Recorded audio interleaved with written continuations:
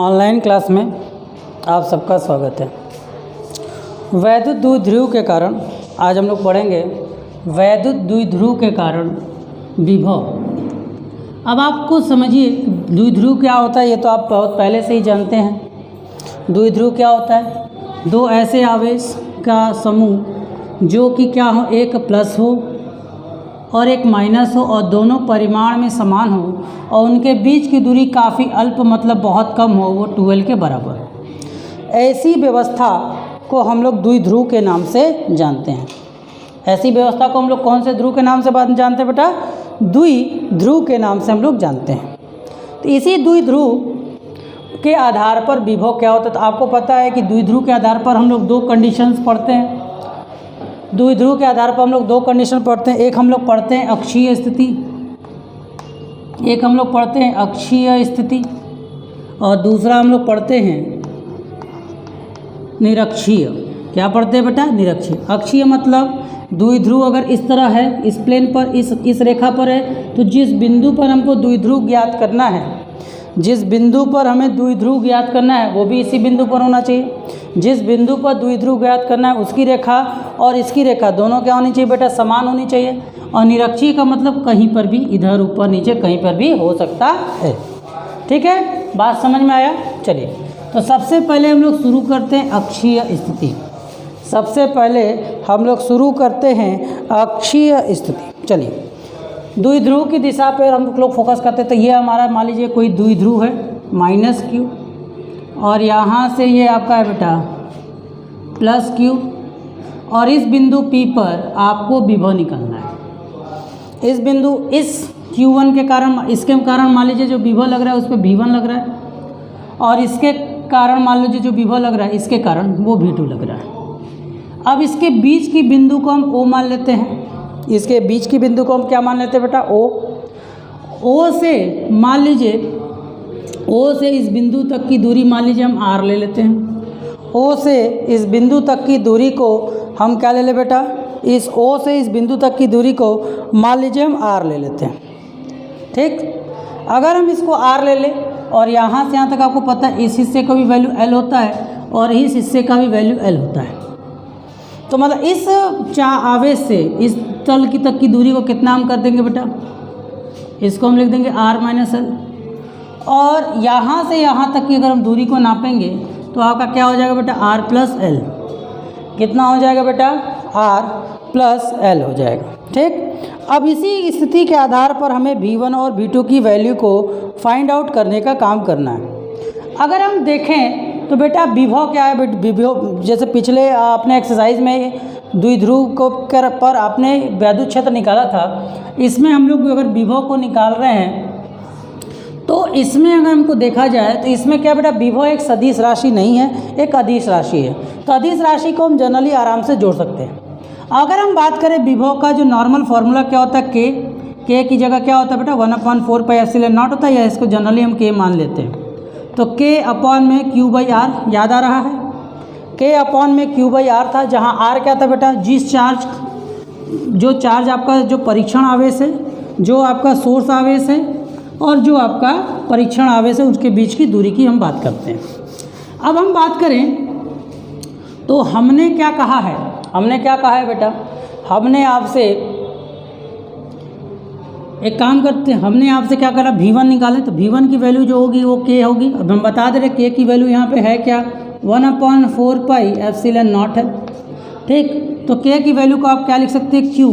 अगर हम V1 की बात कर रहे हैं तो V1 बेटा k जो आवेश है कौन सा? प्लस है कि माइनस है? तो आप यहाँ पे माइनस लगा देंगे और अपॉन में आपका R + L हो जाएगा। ठीक, इसी तरह अगर हम V2 की बात करें तो V2 क्या हो जाएगा बेटा? k q/L + R हो जाएगा। अब इस फॉर्मूले से ही आप देख लीजिए कि नीचे वाला कौन है बेटा? R + L है। ऊपर वाले दोनों समान है, नीचे वाले R + L है, तो दोनों समान है, इसमें बड़ा कौन होगा? अब एक मैं आपसे क्वेश्चन पूछता हूँ, 1/3 लिख दीजिए और 1/5 लीजिए, कौन बड़ा होगा? तो आप सीधे कहोगे सर 1/3 बड़ा है, नीचे वाला जितना छोटा होता है वो वैल्यू उतनी बड़ी होती है। ठीक, तो इन दोनों में नीचे वाली वैल्यू किसकी छोटी है बेटा? V2 की। मतलब V2 हमारा क्या है बेटा? बड़ा है, इसलिए हम यहाँ पे -V2 निकालेंगे। यहाँ पे देखिए प्लस माइनस से कोई उतना मतलब यहाँ सदिश का नियम तो है नहीं, तो हम क्या करेंगे? कुल विभव कुल विभव की अगर हम बात करें तो कुल विभव की अगर हम बात करते हैं तो कुल विभव V जो होगा आपका वो क्या होगा बेटा, V2 माइनस V1 के बराबर हो जाएगा। क्या होगा बेटा, V2 प्लस V1 ही करेंगे। देखिए करेंगे हम V2 प्लस V1, लेकिन V1 की जो वैल्यू है वो क्या बेटा माइनस में, क्यों माइनस में, क्योंकि यहाँ पे आवेश इसका क्या है, ऋणात्मक है। तो आवेश यहाँ पे ऋणात्मक होने के कारण जो V की वैल्यू हो जाएगी, V2 की वैल्यू कितनी है बेटा, K इन दोनों में देख लीजिए आप, इन दोनों के पास K की वैल्यू कॉमन है, तो V2 की वैल्यू हो जाएगी K और Q दोनों ही कॉमन है, तो अंदर क्या हो जाएगा बेटा, यहाँ पे हो जाएगा 1 में R माइनस एल, और यहाँ पर हो जाएगा 1 माइनस में R प्लस एल। क्लियर। अब थोड़ा सा ध्यान दीजिए, तो अब हम क्या करेंगे, यहाँ पर हम K और Q का तो कोई लेना देना है नहीं, अंदर में अगर हम देखें तो यहाँ पे हम एलसीएम ले लेंगे, तो एलसीएम लेने पर क्या हो जाएगा, R माइनस एल हो जाएगा और R प्लस एल हो जाएगा। क्लियर। अब यहाँ से R माइनस एल कट जाएगा तो बचेगा क्या बेटा, R प्लस एल एक ब्रैकेट में, और यहाँ पे आपका सॉरी यहाँ पे माइनस था, और यहाँ पे आपका क्या हो जाएगा बेटा, माइनस ब्रैकेट में R प्लस एल कट जाएगा तो यहाँ क्या हो जाएगा बेटा, R माइनस एल हो जाएगा। ठीक। जैसे ही ब्रैकेट खुलेगा अंदर के सभी निशान क्या होंगे, आपस में बदल जाएंगे। जैसे ही ब्रैकेट खुलेगा आपके अंदर के सभी निशान क्या हो जाएंगे, बदल जाएंगे। ये आपका क्या हो जाएगा बेटा, KQ, और ब्रैकेट में हो जाएगा बेटा R plus L minus R plus L upon में। अब देखिए एक ब्रैकेट में A प्लस बी, एक ब्रैकेट में A माइनस बी, अगर करेंगे तो क्या हो जाएगा बेटा, R square minus L square हो जाएगा। तो यहाँ आप देख रहे हैं तो R से R आपका क्या हो गया, ख़त्म हो गया। R से R आपका क्या हो जा रहा है, ख़त्म हो जा रहा है। तो अब V की वैल्यू क्या होगी बेटा, L 2L हो गया, K Q और ये आपका 2L हो गया। अपॉन में बेटा R square minus L square हो गया। आपको दो बातें अब यहाँ पे ध्यान देना होगा। जो मोमेंटम हम निकालते हैं कौन सा बेटा, द्विघात का आघूर्ण जो निकालते हैं, द्विघात का आघूर्ण, ठीक है, तो उसका जो वैल्यू होता है वो क्या होता है बेटा, Q डॉट 2L होता है। क्या होता है बेटा, Q डॉट 2L होता है कि नहीं होता है। उसी तरह यहाँ पर क्या होता है बेटा, Q हो गया। उसी तरह चूँकि R क्या है, काफ़ी बड़ा नंबर है L से, और L चूँकि द्विध्रुव के जो बीच की जो दूरियाँ होती हैं वो काफ़ी कम होती हैं। जब वो बहुत छोटी राशि है तो उसका जो स्क्वायर करेंगे तो और छोटा हो जाएगा। जैसे एग्जांपल के लिए समझिए, मान लीजिए आपको 0.1 का अगर स्क्वायर करना है तो आप कर देखो 0.01 आएगा कि नहीं आएगा। तो आप देखो बताओगे कि सर ये बड़ा है कि ये बड़ा है, तो आप कहोगे सर ये वाला छोटा है और ऊपर वाला बड़ा है। तो जनरली हमारे दिमाग में हमेशा आता था कि अरे स्क्वायर क्यों छोटा होता है, स्क्वायर तो बड़ा होना चाहिए, लेकिन जब छोटे में जाते हैं तो वो और छोटा हो जाता है। तो इसी पे हम क्या करेंगे, एल स्क्वायर को नेगलेक्ट कर देंगे, जिससे हमें V की वैल्यू क्या मिल जाएगी, K, और इसकी वैल्यू होगी P divided by R square. ये आपका हो गया हमारे अक्षीय स्थिति में द्विध्रुव के कारण लगने वाला विभव। अब इसको आप चाहो तो K की वैल्यू को आप लिख दो। K की वैल्यू क्या थी बेटा, V is equal to 1/4 pi epsilon nought P by R। तो ये बेटा हमारा क्या हो गया, ये हो गया वायु में, और अगर इसी में कोई आपका दूसरा माध्यम आ जाता है तो उसका हम लोग परावैद्युतांक यूज़ करके उसको यूज़ कर लेते हैं। तो यह था बेटा अक्षीय स्थिति। अब हम आते हैं निरक्षीय स्थिति में, इसको नोट कर लीजिए।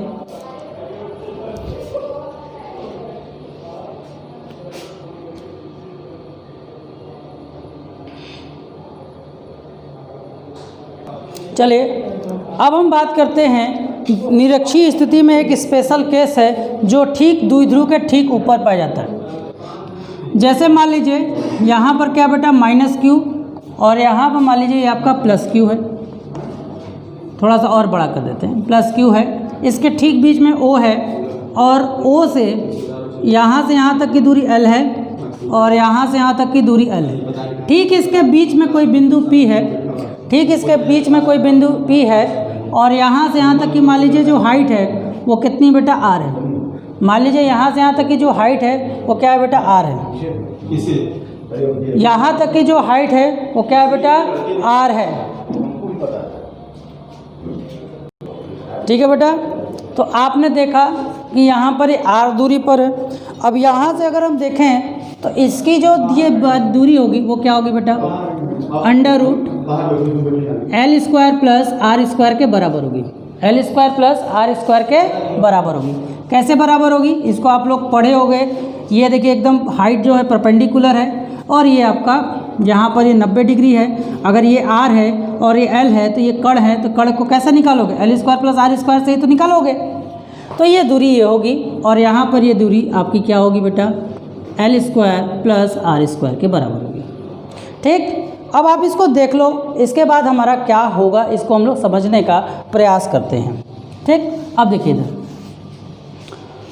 अब क्या होगा कि यहाँ पर हम जो इसके कारण अगर V1 मान लें और इसके कारण अगर हम V2 मान लें तो जो V1 की वैल्यू आएगी वो K तो आएगी, K आपका क्या बेटा नियतांक है, और Q और दूरी क्या है बेटा इसके बीच में √ l² प्लस r² है। इसी तरह जो V2 है वो क्या बेटा Q अपॉन में √ l² माइनस r² के बराबर है। ठीक, अब हमें क्या करना है, लेकिन V1 की जो वैल्यू होगी वो माइनस होगी, क्यों, दूरी सब कुछ सेम है। देख लीजिए, अगर आप देख पा रहे हैं तो वैल्यू दोनों की लगभग आपको बराबर दिख रही है, क्योंकि जनरल फार्मूला क्या है हमारा, एक जनरल फार्मूले की बात करें तो V की वैल्यू यही होती है KQ/R, जहाँ K की वैल्यू क्या है 1/4πε0 है। तो आप यहाँ पर देखें जनरली वैल्यू यही होती है, तो उसी वैल्यू के आधार पर, और R क्या होता है बेटा, जिस बिंदु पर आपको विभव निकाला उस बिंदु और आवेश के बीच की सीधी विस्थापन होती है। तो सीधा विस्थापन आप देखोगे तो ये दोनों आ रहे हैं, तो इन दोनों की वैल्यू आप देख पा रहे हो तो एकदम समान रूप से हैं। अब आप देखो तो अगर हम V निकालेंगे तो V1 प्लस V2 अगर हम करें तो सिंपली हमको दिख रहा है एक आपका माइनस में और एक आपका प्लस में है, इनका जो ऐड आएगा वो समथिंग क्या आएगा 0 आएगा। तो मतलब निरक्षीय स्थिति में जो इनका V होता है वो 0 के रूप में कार्य करता है। ठीक, समझ में आया। चलिए अब हम लोग समझते हैं, कुछ और भी बातों को समझने का प्रयास करते हैं। जल्दी से इसे नोट कर लीजिए। हो गया बेटा, चलिए अब थोड़ा सा एक लॉजिकली, अब जो एक इम्पॉर्टेंट टॉपिक है जिसका नाम है समविभव पृष्ठ। क्या नाम है बेटा, अगला टॉपिक है समविभव पृष्ठ। अब समविभव पृष्ठ क्या होता है, कैसे हम लोग इसको समझते हैं, इन सब के बारे में हम लोग डिस्कशन अभी करेंगे कि आखिर ये पृष्ठ होता क्या है। अब समविभव पृष्ठ को समझने से पहले आपको कुछ छोटी सी जानकारी हम आपको बता दें। अगर हम E की वैल्यू निकालते हैं, मान लीजिए किसी आवेश E की वैल्यू निकालते हैं, तो E की वैल्यू क्या होती है KQ/R² होती है, और V की वैल्यू क्या होती है बेटा, यहाँ जो V की वैल्यू क्या होती है KQ/R होती है। अगर हम दोनों की तुलना करें तो हमें E की वैल्यू जो मिलेगी वो V/R मिलेगी। क्या मिलेगी बेटा, V/R, या बहुत से लोग इसको D के फॉर्म में भी लिखते हैं, R को इधर भेज दीजिए, सॉरी K नहीं E बराबर, तो इससे आपको V की वैल्यू क्या मिल जाएगी बेटा ER। यहाँ पे एक वर्ड इसमें हम लोग यूज़ करते हैं माइनस।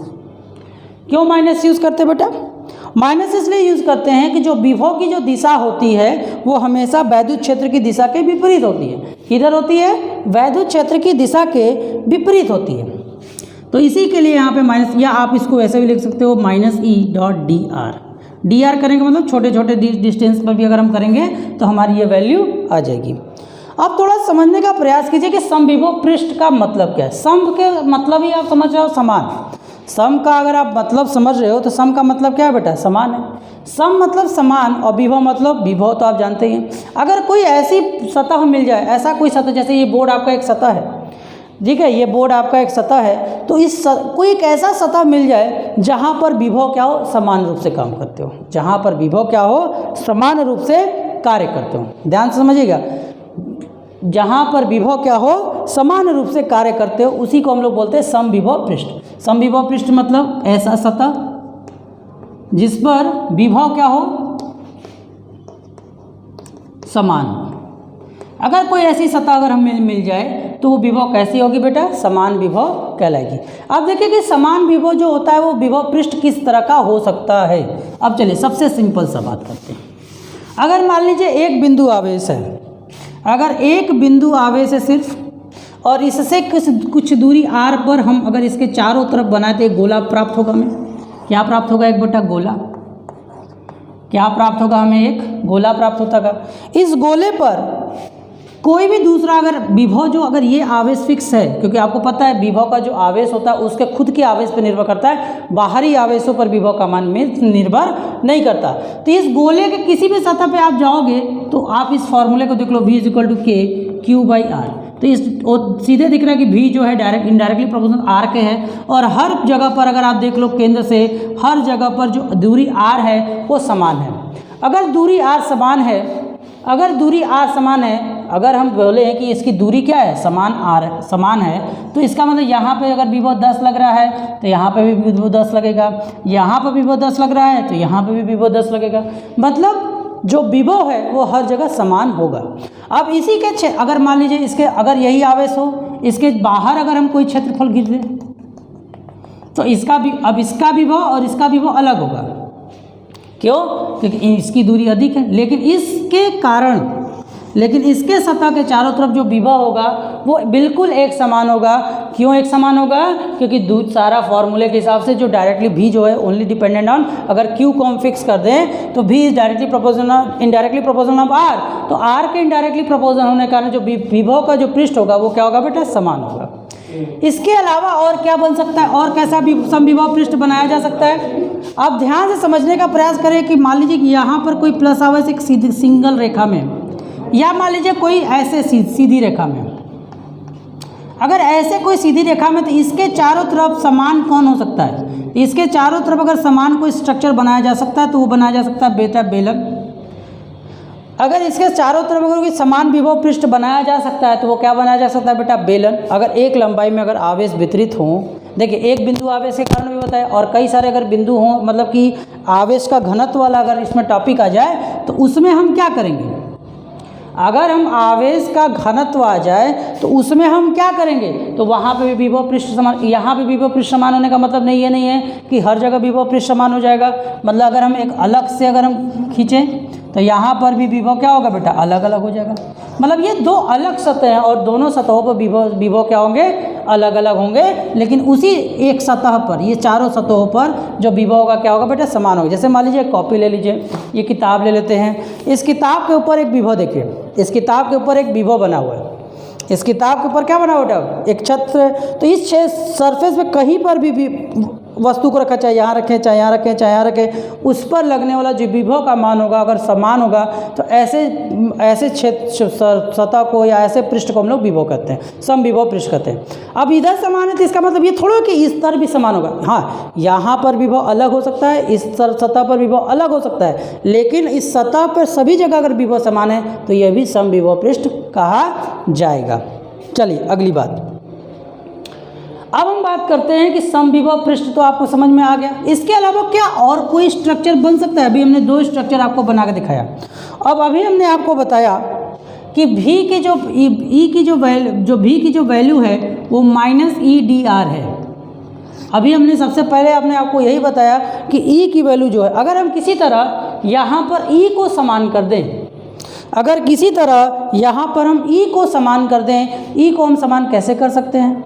E को समान तब कर सकते हैं जो समांतर रेखाएं अगर आती हैं, जो इलेक्ट्रिक फील्ड आपको याद होगा, ठीक, समझ में आ रहा है कि नहीं आ रहा है?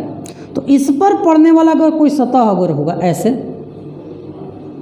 इस पर जो पड़ने वाला जो सतह होगा, एक यहाँ और एक यहाँ, मान लीजिए इस पे जो सतह है इसका विभव VA है, मान लीजिए इसका विभव VB है, तो इस सतह पर कहीं पर भी कोई दूसरा आवेश आएगा तो उसका विभव पृष्ठ क्या होगा, समान होगा। जैसे मैंने अभी आपको किताब वाला हिस्सा बताया था, तो अगर E समान है तो उस समय जो विभव पृष्ठ बनेगा वो कैसा बनेगा, स्क्वायर भी हो सकता है, रेक्टेंगुलर भी हो सकता है, स्क्वायर और रेक्टेंगुलर दोनों हो सकता है। मतलब समविभव पृष्ठ की अगर हम बात करें तो 3 प्रकार के समविभव पृष्ठ होने की संभावनाएं हमें दिखाई दे रही हैं। ठीक है, चलिए आते हैं।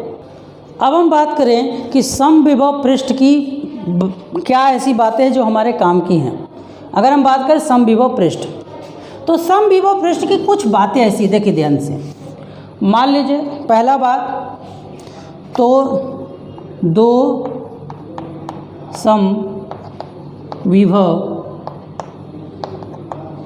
पृष्ठ, समविभव पृष्ठ एक दूसरे को एक दूसरे को नहीं काटती।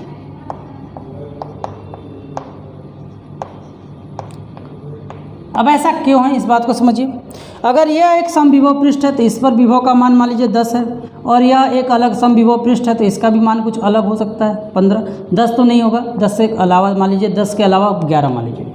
अगर ये दोनों एक दूसरे को काटेंगी, मतलब एक सतह उंगली मेरी है और ये अगर एक दूसरे को काटेंगी तो यहाँ अगर ये एक दूसरे को काटने की कोशिश करती हैं तो इनका एक कॉमन सतह यहाँ बन जाएगा कि नहीं बन जाएगा। और कॉमन सतह अगर कॉमन पृष्ठ मतलब कॉमन सरफेस बन जाता है तो इसका मतलब, अगर कॉमन सरफेस बन जाता है तो इसका मतलब क्या होगा, अगर कॉमन सरफेस बन जाता है तो इसका मतलब क्या होगा, इन दोनों का विभव समान होना चाहिए, जबकि हमने क्या बोला, इन दोनों के विभव अलग अलग हैं। दूसरी चीज़, आप एक बात बताइए, जहाँ पानी को अगर आपको गिराना है, जैसे मान लीजिए पानी कहीं फ्लो करना है, टंकी आपका ऊपर होता है, काफ़ी मोटा होता है ऐसे, और इसके नीचे नल होता है, तो मतलब यहाँ पे विभव क्या होता है बेटा, हाई होता है, मतलब ज़्यादा होता है, और यहाँ पे विभव क्या होता है बेटा, लो होता है। तो विभव जो होता है हाई से लो की ओर बढ़ता है, विभव जो होता है वो कहाँ बढ़ता है बेटा, हाई से लो की ओर बढ़ता है। विभव धनात्मक आवेश के रिस्पेक्ट में अगर बात करें तो विभव का जो प्रवाह है वो धन से ऋण होता है। अब एक बात बताइए, इस सतह पर विभव समान है, इस सतह पर हर जगह विभव समान है, तो विभव अगर हर सतह विभव समान है और तो इसका मतलब विभवांतर कितना हो जाएगा, भी है, इस पॉइंट पर भी भी है और इस पॉइंट पर भी भी है, तो इसका जो विभवांतर होगा वो क्या होगा बेटा, शून्य होगा। तो पहला तो हो गया काटता है, दूसरा क्या होता है बेटा, दूसरा क्या होता है बेटा, दूसरा जो है आपका विभवांतर जो होता है वो क्या होता है बेटा, शून्य होता है। जो विभवांतर होता है वो शून्य होता है। क्यों शून्य होता है, और जब विभवांतर शून्य होगा तो इस बात को ध्यान दीजिए, आपका जो कार्य हो रहा है, इस बात को ध्यान दीजिएगा, आपका जो भी आवेश को ले जाने और ले आने में जो कार्य हो रहा है वो विभव के कारण नहीं, विभवांतर के कारण होता है। किसके कारण होता है, विभवांतर के कारण। जब विभवांतर आपका शून्य है तो इस पर जो कार्य होगा वो भी क्या होगा, शून्य होगा। ठीक है, तो आज आपने क्या पढ़ा, द्विध्रुव क्या होता है, द्विध्रुव क्या होता है, द्विध्रुव के कारण विभव और समविभव पृष्ठ के बारे में पढ़ा। यह एक इम्पॉर्टेंट टॉपिक है जिसको आपको अच्छे से जानना है। और समविभव पृष्ठ की सतह किस प्रकार से हो सकते हैं, कैसे हो सकते हैं, गोलीय हो सकते हैं, बेलन आकार के हो सकते हैं, या समांतर चतुर्भुज बोल सकते हैं, आप उसको आयत बोल सकते हैं, स्क्वायर बोल सकते हैं। ये तब होगा जब ई आपका समान हो। इतने तरह के कंडीशन पर समविभव पृष्ठ हो सकते हैं। समविभव पृष्ठ की मुख्य बातें क्या हैं कि दो समविभव पृष्ठ कभी भी एक दूसरे को नहीं काटती हैं। दूसरा, समविभव पृष्ठ के हर बिंदु पर विभवांतर क्या होता है, शून्य होता है। तीसरा, विभवांतर शून्य होगा तो उस पर होने वाले संपूर्ण कार्य क्या होंगे बेटा, शून्य होंगे। ठीक है, तो आज के लिए इतना ही, नेक्स्ट वीडियो में हम लोग इसके आगे मिलेंगे। Thank you.